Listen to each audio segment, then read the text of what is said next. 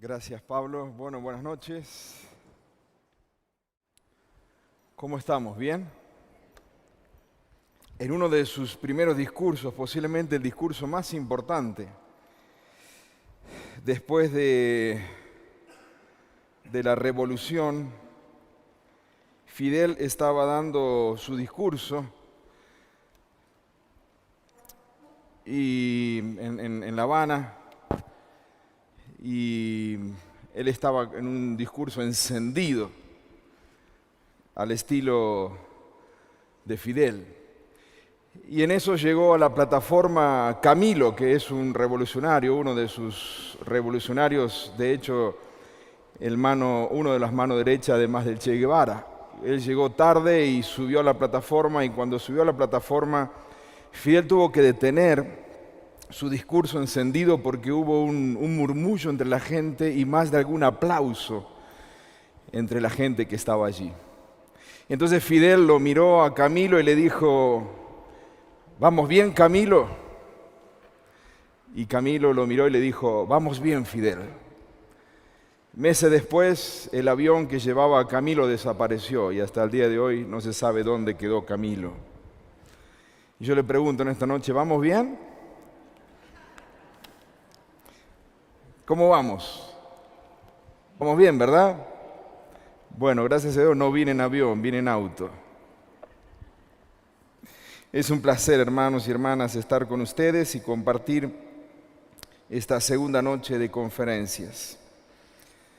No voy a repetir lo que dijimos ayer, pero es importante y algunas de las aclaraciones están en las notas. Si usted adquirió las notas en la puerta, en el ingreso, si no estuvo ayer, ahí va a tener un poquito más de algunas aclaraciones sobre estas conferencias que estamos impartiendo, que se llaman Aún en las mejores familias. Ahora, en esta primera conferencia del día de hoy, que es la tercera, la primera impar, luego vamos a tener la segunda par, que sería la cuarta conferencia hoy mismo, nos toca hablar de un tema que no es muy grato hablar. De hecho, no solemos hablar de estos temas. No solemos hablar de estos temas porque seguramente no nos gusta hablar de estos temas, y también porque vivimos, yo no sé si para bien o para mal, ustedes juzguen, vivimos en una época del exitismo de la iglesia, y entonces lo que tenemos que hablar es de otra cosa. Lo que tenemos que hablar es de los triunfos, de los éxitos, y por lo tanto estos temas han quedado un poco como relegados. Pero hoy vamos a hablar siempre en torno a la familia, cuando la tragedia y el sufrimiento golpean las puertas de nuestro hogar. Y entre las circunstancias más difíciles de soportar se encuentran aquellas precisamente que tienen sabor a tragedia y sufrimiento. Ningún ser humano, por más charla, por más seminario que pueda tomar, está preparado para enfrentar la pérdida, para enfrentar el sufrimiento.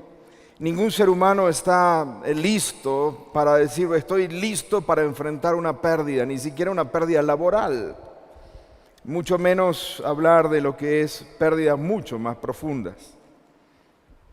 Ahora, nosotros sabemos muy bien que la tragedia y el sufrimiento no respetan raza, género, estatus social, nivel de educación, ni siquiera religión. En palabras de nuestro personaje de esta noche, diríamos que el ser humano nace para sufrir, tan cierto como que las chispas vuelan. Y esto lo dice Job en el capítulo 5, verso 7. Vaya al libro de Job. Quiero presentarles al personaje de esta noche que nos va a acompañar en la tercera y en la cuarta conferencia. Este varón llamado Job, que según se describe en el primer capítulo del libro que lleva su nombre, dice: hubo en tierra de Uz un varón llamado Job. La tierra de Uz ha sido ubicada por los expertos al nordeste de Idumea, hacia el desierto de Arabia, una zona muy fértil y muy propicia para la cría de ganados. Su carácter, lo dice el verso 1, este era un hombre perfecto y recto, temeroso de Dios y apartado del mal. Job no es un ángel, Job es un hombre, es un ser humano, pero tiene cualidades que lo hacen posiblemente único, lo hacen único en su especie, incluso en nuestros propios días. Un hombre íntegro, recto, temeroso de Dios, apartado del mal, un hombre que manejaba los negocios con integridad, un hombre que cumplía su palabra, un hombre que trataba con equidad a los demás y por supuesto como resultado de todo eso era respetado en la sociedad. Verso 2 nos menciona la familia. Su familia estaba compuesta por una esposa, no lo menciona en el verso 2, pero sí lo va a mencionar más adelante, el mismo libro. Pero sí nos dice el verso 2 que tenía 7 hijos y 3 hijas, algo normal en aquel tiempo, en aquellos años, las familias así tan numerosas. 7 hijos varones y 3 hijas mujeres. Su profesión, verso 3. Su hacienda era de 7,000 ovejas, así que Job era un poderoso ganadero. Sus 7,000 ovejas le proveían lana suficiente para cubrir a su familia de los inviernos, por supuesto también alimentación y claro que también para la transacción comercial. Tenía además 3,000 camellos, en aquel tiempo los camellos se utilizaban como transporte. Por lo tanto, podríamos pensar que Job tenía algo así como una empresa de transporte público en aquel tiempo. 3,000 camellos que servirían, por ejemplo, para dar transporte a las caravanas que cruzaban por el territorio de oriente a occidente o de occidente a oriente. Tenía 1,000 bueyes, dice el texto, uncidos de 2 en 2. Generalmente los bueyes para arar se ponían en yunta y se calcula que una yunta de bueyes podría trabajar muy bien unas 20 hectáreas de campo. Por lo tanto, si nosotros entonces de los 1,000 bueyes hacemos yunta, nos quedaríamos con 500 yuntas de bueyes, que sería lo que es la maquinaria a tracción de sangre, capaz como para poder trabajar 10,000 hectáreas de campo. Además, tenía 500 asnas. Y en esos tiempos, ¿para qué servían las asnas? Bueno, las asnas proporcionaban el manjar del día en aquellos tiempos, que era la leche de burra. Así que lo que tenemos en Job es un magnate, un adinerado de aquel tiempo. El texto lo dice en el mismo verso 3, la Nueva Traducción Viviente dice, en realidad era la persona más rica de toda aquella región. Job era un verdadero magnate. Era dueño de campos, de tierras, era dueño de animales, de mucho ganado, también de mucho prestigio. Si hubiera existido la revista Forbes en aquel tiempo, seguramente Job estaría entre los primeros 20 multimillonarios del mundo. Compartiría la lista, por ejemplo, con Jeff Bezos, que es el dueño de Amazon, que amasa una fortuna aproximada de 112 billones de dólares. O también podría estar dentro de esos 20 con Bill Gates, que es el dueño de Microsoft. Podría estar también con Mark Zuckerberg, que es el dueño de Facebook.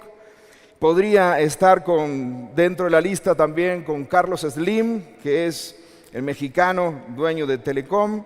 O podría estar entre los 10 hombres más ricos de Argentina, por ejemplo, con Paolo Roca, que es el dueño de Techin, o Alejandro Bulgeroni, que es el dueño de Bridas. Seguramente, Job estaría dentro de la lista de los hombres más ricos de Argentina, de los hombres más ricos del mundo, porque lo dice el texto, que era el hombre más rico de su región. Verso 4 y verso 5 nos pinta un poco cuál era la relación familiar, la dinámica familiar que existía. Y verdaderamente esto es riquísimo en el texto bíblico, notar esta dinámica familiar en un personaje como en un personaje tan importante como Job. Importante por por el prestigio que tiene, por el dinero que tiene, por la posición acaudalada que tiene, pero también importante por las cualidades que marcan a este hombre, un hombre íntegro, temeroso de Dios. Dice el verso 4, que sus hijos iban y celebraban un banquete en la casa de cada uno en su día y mandaban a llamar a sus 3 hermanas para que comiesen y bebiesen con ellos. Y cuando habían transcurrido los días de banquete, sucedía que Job mandaba a llamarlos y los purificaba. Levantándose muy de mañana, ofrecía holocaustos conforme al número de todos ellos. Pues decía Job, quizás mis hijos habrán pecado y habrán maldecido a Dios en sus corazones. De esta manera hacía continuamente. La familia de Job era una familia feliz y muy saludable. Verdaderamente cuesta encontrar en los versos 4 y versos 5 algún indicio de pecado o de inmoralidad en la vida de la familia. Era una familia, sus hijos se llevaban bien entre sí, compartían, hacían banquetes y comían y bebían y participaban de esas comidas que se hacían entre ellos. Un comentarista, Francis Andersen, dice, no tenemos que suponer que pasaban todo su tiempo celebrando ruidosamente y que no trabajaban. No hay ni una pizca de borrachera, inmoralidad o indolencia, al menos en estos versos que relata el texto bíblico. Job no expresa ninguna ansiedad a ese respecto, aunque está consciente del peligro de que pudieran caer en la impiedad. Estas encantadoras reuniones familiares eran parte de la atmósfera de bienestar con que comienza la historia. Ellas son una muestra de la buena fortuna, o más bien de la bendición de Dios. El remate de esta feliz escena es el piadoso padre asegurándose doblemente de que todo estaba bien. En verdad, estoy totalmente de acuerdo con este comentarista y con muchos otros que mencionan que no hay razón para pensar en los versos 4 y versos 5 del capítulo 1 que hay allí indicios de maldad en la familia de Job. Todo lo contrario. De hecho, lo que el libro nos presenta, por supuesto inspirado por el Espíritu Santo, es un quiebre repentino en la vida de este hombre. Nadie esperaría lo que va a suceder en los capítulos siguientes. Nadie esperaría lo que va a suceder en el capítulo 2, en el capítulo 3 y en los capítulos en adelante. Porque lo que está presentando precisamente el escritor bíblico es el carácter de este hombre, la cualidad de este hombre. Y una cualidad que no solo es él solo, sino una cualidad que incluso se transmite a su familia. En la exposición de esta noche vamos a saltear la explicación bíblica sobre la causa del sufrimiento de Job. La razón de este salto, por supuesto en parte es por tema de tiempo. Si estuviéramos dando una clase, por supuesto que tomaríamos tiempo para eso. Pero lo que no quisiera es que dejemos de percibir en medio de la explicación de lo que sucede, esa lucha que hay en el cielo o ese diálogo que hay entre Dios y Satanás. Recuerda cuando Dios le dice a Satanás, ¿has considerado, no has visto a mi siervo Job? ¿Qué clase de hombre es este? Pero no quisiera tocarlo en esta noche por 2 razones. En primer lugar, ya lo dije, por falta de tiempo. Y en segundo lugar, para que no nos distraiga y podamos entender lo más que podamos el impacto del profundo dolor que significa para Job. Porque hay que entender que tampoco Job sabe lo que está sucediendo en el cielo. Tampoco Job sabe. No es que Job recibe por revelación de Dios, mira Job, lo que te va a suceder ahora, esto es momentáneo, así que tranquilízate, yo estoy en control. No hay ninguna comunicación de ese tipo, de esa naturaleza.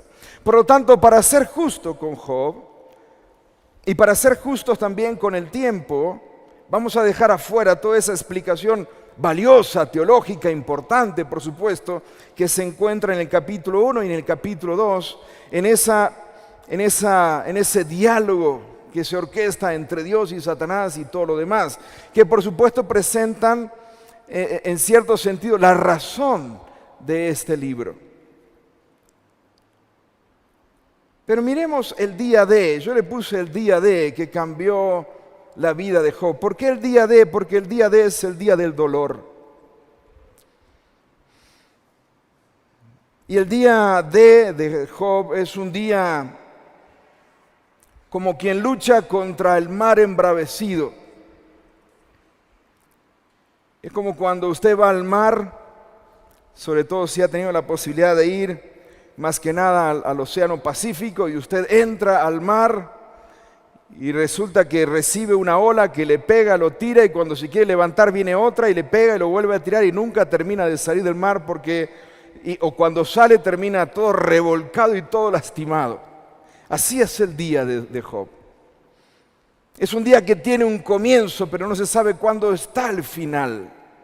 Es el ingreso a un túnel de sufrimiento donde sabemos que hemos entrado a ese túnel de sufrimiento y posiblemente vemos en el fondo una luz muy tenue, muy pequeña, que nos indica que allí está la salida, pero hay que transitar por ese túnel. Es un túnel que es imposible saltearlo. Hay que transitarlo, hay que ir por ese túnel. Es el túnel del sufrimiento. Capítulo 1, verso 13 al 17. Acompáñeme en este relato del día D. Todo sucedió en un día. El primer mensajero se precipita dentro de la casa sin ser invitado. Sacudido por la emoción, dice abruptamente: los bueyes. Nuestros bueyes estaban arando y los asnos estaban paciendo junto a ellos cuando esos sabeos nos atacaron. Ya habíamos hablado de la posibilidad que vinieran y lo hicieron. Nos atacaron, amo, y se llevaron los animales. Todos los animales se hicieron papilla a todos tus criados. Yo fui el único que escapé con vida para traerte el mensaje. Mientras estaba aún hablando, otro mensajero entra en escena y sin vacilar grita: un rayo como un incendio cayó del cielo y en un instante consumió a todas las ovejas y a los criados que las cuidaban, y yo fui el único que quedé vivo. Otro más lo hace a un lado a Job, lo agarra de la manga y le dice: amo, no lo va a creer, pero 3 escuadrones de los caldeos arremetieron contra el lugar donde estábamos preparando los camellos para el próximo viaje. Se llevaron todos los camellos y antes de marcharse mataron a todos sus siervos, solo quedé yo. Mientras Job se tambalea y trata de guardar el equilibrio de toda esta situación, de toda esta serie de mensajes. Imagínese hoy una llamada telefónica detrás de otra y detrás de otra y detrás de otra, informándole de estas pérdidas y pérdidas y pérdidas y pérdidas. Pero claro, usted sabe que hay pérdidas que podrán recuperarse. La economía, bueno, tendrá momentos difíciles, pero ya también vendrán momentos buenos. Y posiblemente Job hasta esté pensando en esto, cuando de repente ingresa otro mensajero en escena y titubeando sin saber si habla o no habla, si dice o no dice, pero Job hasta en cierta manera lo invita a que, bueno, dilo, ya he escuchado tanto el día de hoy, ¿qué más me queda por escuchar? Y vino entonces las palabras de este siervo diciendo: amo Job, sus hijos, sus hijas, dime que están bien. Amo Job, sus hijos y sus hijas, todos han muerto. Un fuerte tornado atravesó el desierto, elevando por el aire las carretas y los cadáveres de los animales. Amo, el tornado siguió llegando con ruido ensordecedor y se puso justo sobre la casa de su hijo mayor. El lugar explotó y todos sus hijos murieron.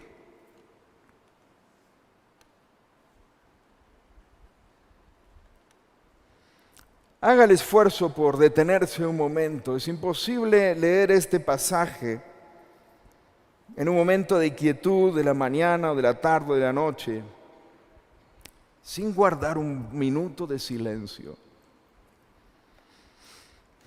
y tratar de imaginar la escena, lo doloroso de esta escena. Porque difícilmente, o quizás sí, pero difícilmente alguno de nosotros ha vivido una experiencia semejante.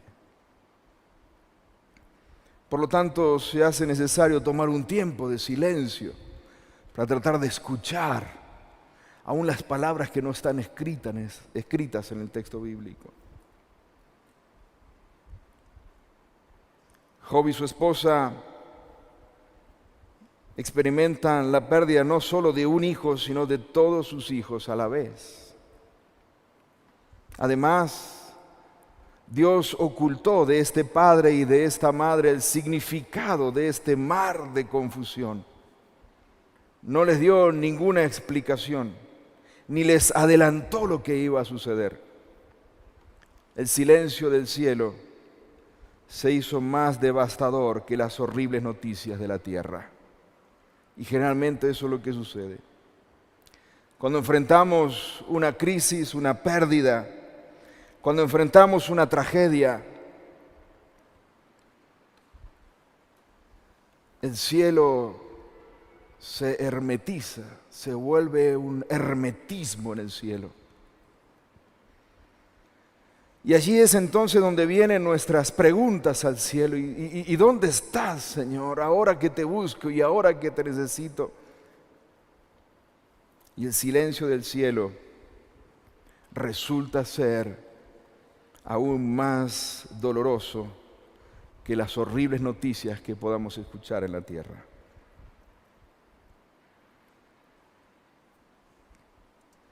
Cuando llegamos al final de este doloroso episodio en el que 4 mensajeros temblorosos han derramado sus almas y Job está asimilando el impacto de sus trágicos informes, uno tiene que hacer una pausa para dejar que el dolor penetre en nuestras vidas. Y sí, ¿por qué no? ¿Por qué no? Darnos tiempo a pensar también en nuestras pérdidas, que seguramente han sido mucho menores en comparación con las pérdidas de Job, pero no dejan de ser pérdidas, pero no dejan de ser situaciones que hemos vivido como familia, pero no dejan de ser situaciones dolorosas de las cuales posiblemente nunca hablemos, porque cada vez que las hablamos produce o provoca un dolor del cual hemos querido evitar o nos hemos querido alejar. Leer la narrativa de Job nos lleva, nos mueve, nos conduce a nuestros propios días de dolor, de lo cual estoy seguro que la mayoría de nosotros los hemos tenido en mayor o menor grado. Por lo tanto, el dolor, la tragedia, la pérdida golpea la puerta de la familia y golpea la puerta aún de las mejores familias, aún de aquellas familias que nosotros vemos fortalecidas y fuertes para hacer frente a ese tipo de dolor. Pero no sabemos cuál va a ser la reacción, porque repito lo que dije al inicio, ningún ser humano, ninguna familia está dispuesta o está lista o presta o capacitada, por más años que tenga en la iglesia, por más ministerio que tenga, por más horas de consejería que tenga encima. Dudo que alguien pueda decir, estamos listos para enfrentar la pérdida.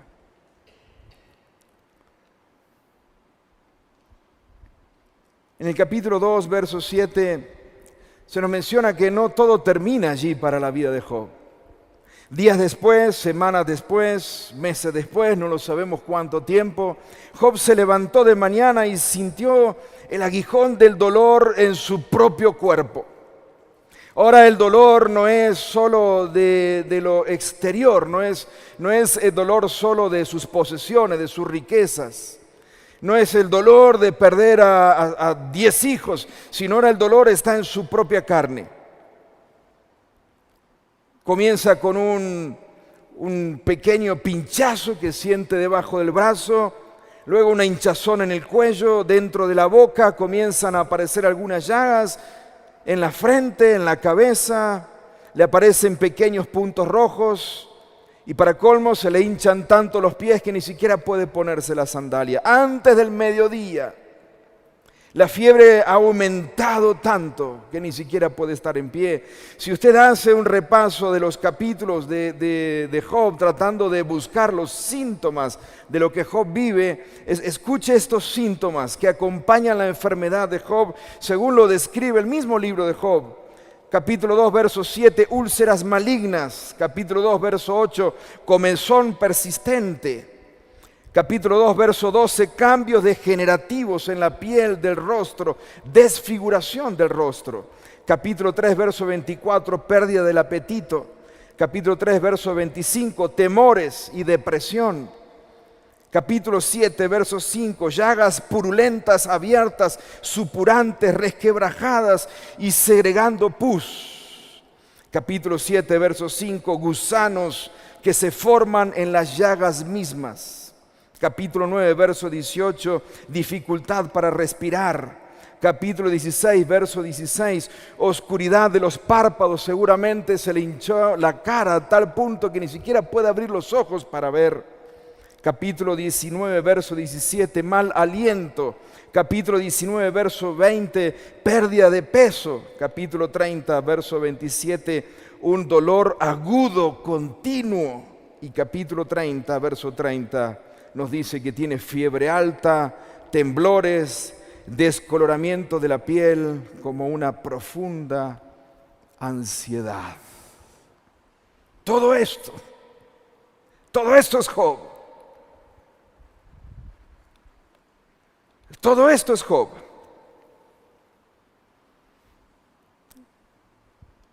Un dolor que tuvo que haber transcurrido muchos meses o quizás años, no lo sabemos. Pero un tiempo prolongado de dolor, de pérdida de posesiones, de sus hijos, pero también de la pérdida de su salud y tener que sobrevivir a todos estos síntomas de una enfermedad extraña que lo lleva precisamente a ser la personificación de la desgracia. Sí, ese Job que era el Job ilustrado, el Job al que todos querían ir y saludar, el Job al que todos querían tener de amigo, porque claro, ¿quién no quiere tener un amigo como Job? Que tiene tantos animales y tantas riquezas, uno nunca sabe lo que puede necesitar. Un hombre de tanto prestigio, amado, honrado y respetado por la sociedad. Se ha convertido después de ese día o después de ese túnel de dolor, o en medio de ese túnel de dolor, se ha convertido en la personificación de la desgracia. Dice el verso 8 del capítulo 2 que Job tomaba un tiesto para rascarse con él y estaba sentado en medio de la ceniza. Un comentarista describe de esta manera este espantoso lugar donde estaba Job. Dice, allí en ese lugar donde estaba Job se depositaba y se quemaba la basura de la ciudad. Y allí vivían los marginados pidiendo limosna a los que pasaban por el lugar. Sobre el montón de cenizas los perros se disputaban lo que encontraban para comer y allí eran traídos y quemados los excrementos de la ciudad. Sí. El hombre más ilustre de la ciudad estaba ahora viviendo la más absoluta pobreza y vergüenza. En la más absoluta pobreza y vergüenza. Confundido,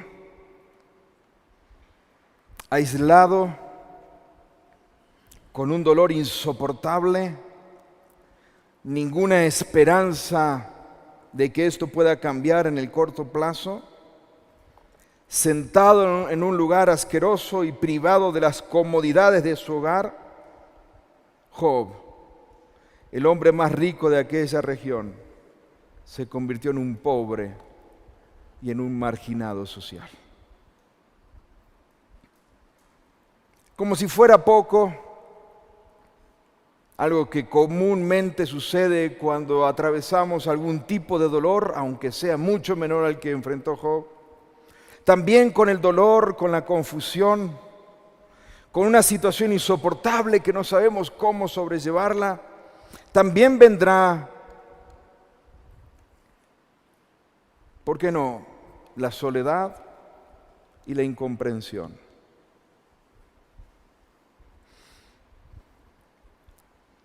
Una de las cosas más difíciles de sobrellevar frente al dolor es la incomprensión de aquellos que no pueden comprender el dolor. A veces esa incomprensión son los de adentro mismo, los que están sufriendo con nosotros, como en el caso de la esposa de Job.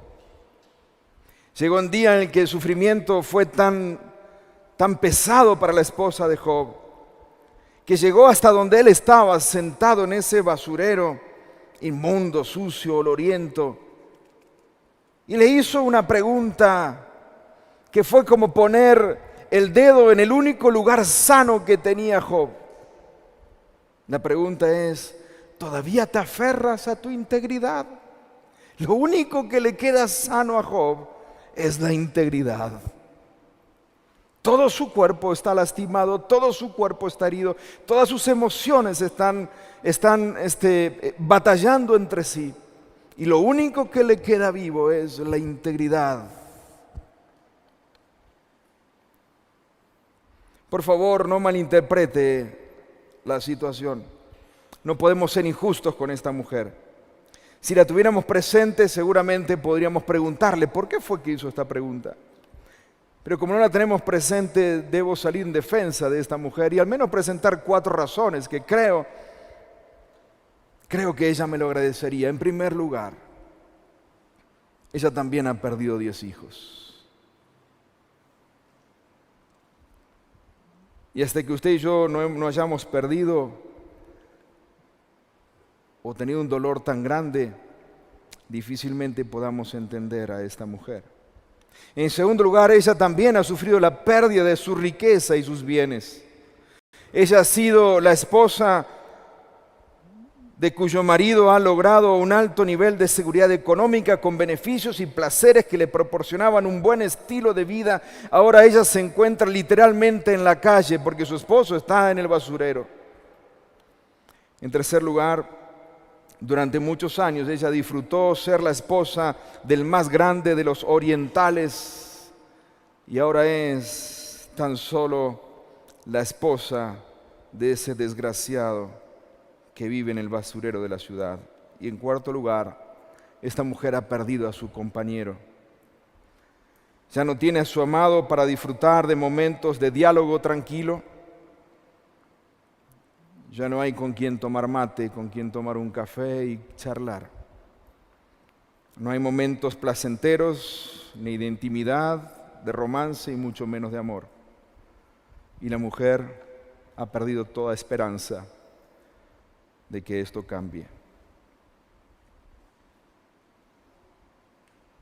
Por eso esta mujer llega a su esposo y le dice, querido, pongámosle fin a esto, no sigas. No puedes seguir viviendo así, no lo puedo soportar.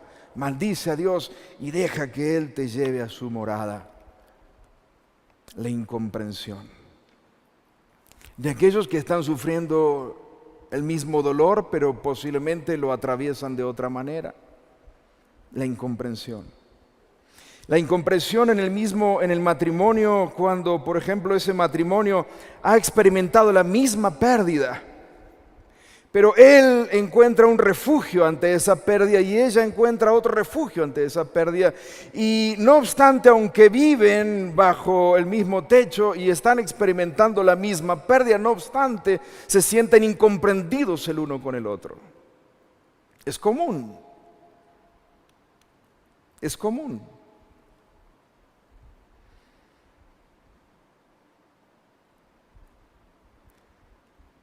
La incomprensión continúa con los amigos de Job.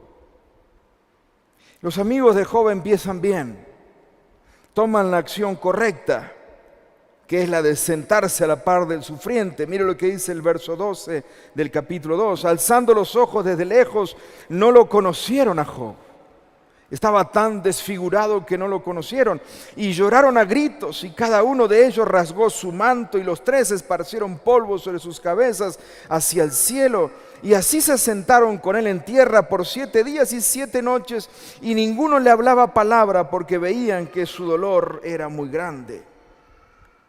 Empezaron bien, pero las cosas se pusieron mal cuando a partir del capítulo 4 abren la boca. Ellos habían venido, según lo dice el verso 11 del capítulo 2, habían convenido en venir juntos para condolerse y para consolarle. Pero después de una semana de estar con él y contemplando el dolor de este varón, de su amigo Job, se enredaron en críticas, humillaciones y culpas cargadas de un legalismo frío e insensible hacia un amigo que sufre los dolores de una tragedia. En medio de este debate, por supuesto que las condolencias y el consuelo desaparecen.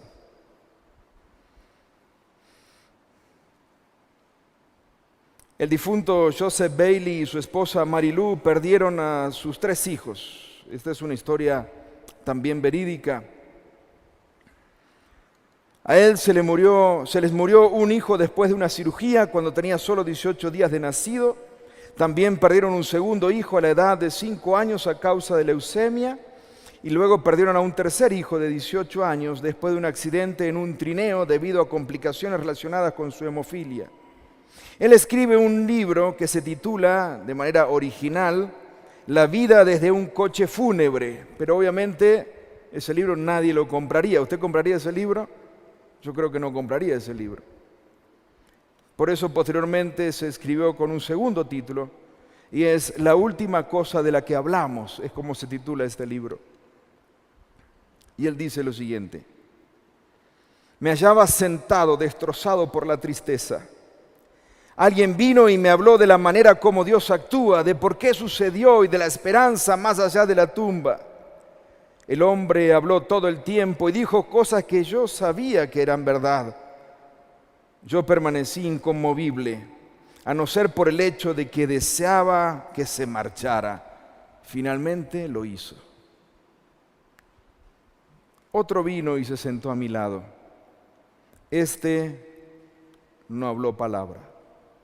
No hizo preguntas sugerentes, simplemente se sentó a mi lado durante 1 hora y más. Escuchaba cuando yo le decía algo, respondía brevemente, después oró, una oración muy breve, y se marchó.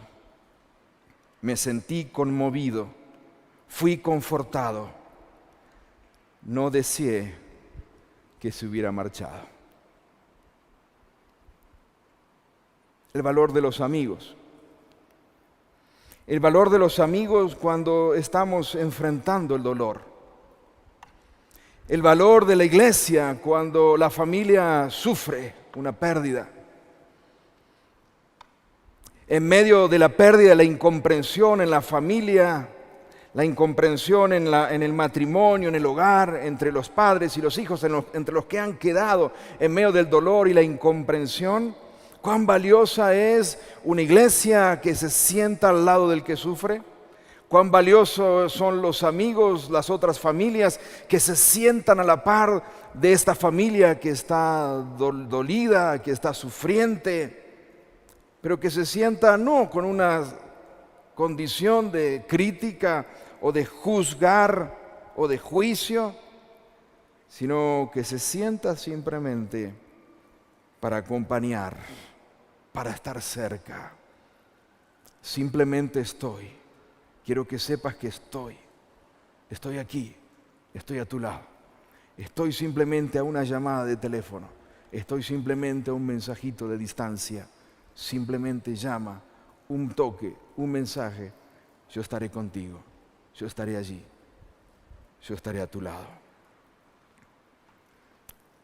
Tristemente, cuando enfrentamos el dolor, a veces el dolor, que puede ser el luto, por ejemplo, o la enfermedad de un ser querido, la enfermedad de uno mismo, una situación de pérdida profunda en la casa. De repente hay mucha gente alrededor. ¿Cuánto dura esa gente?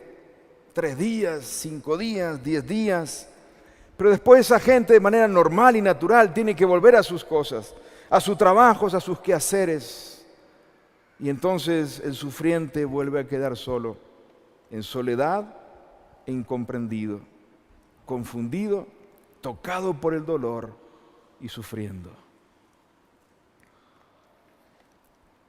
La experiencia devastadora de Job no tiene punto de comparación. No tiene punto de comparación. Yo diría, gracias a Dios, que no tiene punto de comparación. No obstante, existen familias que han experimentado golpes que han sido muy duros, muy fuertes. Algunas de esas familias no se han podido levantar. El dolor ha traído incomprensión y alejamiento en la pareja. El golpe o la tragedia lo que ha traído es no solo incomprensión, sino también culpa entre uno y el otro en la misma pareja. Y los tiempos de intimidad y los tiempos de diálogo y los tiempos para tomar mate y para charlar se han terminado porque hay un profundo dolor que está viviendo la pareja. Y encima de eso, están solos, porque difícilmente nosotros, los que no hemos pasado por un dolor semejante, sabemos cómo acompañar a una familia que está sufriendo. ¿Le ha pasado o no le ha pasado esto? Tener que ir a un velorio, acompañar a alguien y decir, no sé qué decir.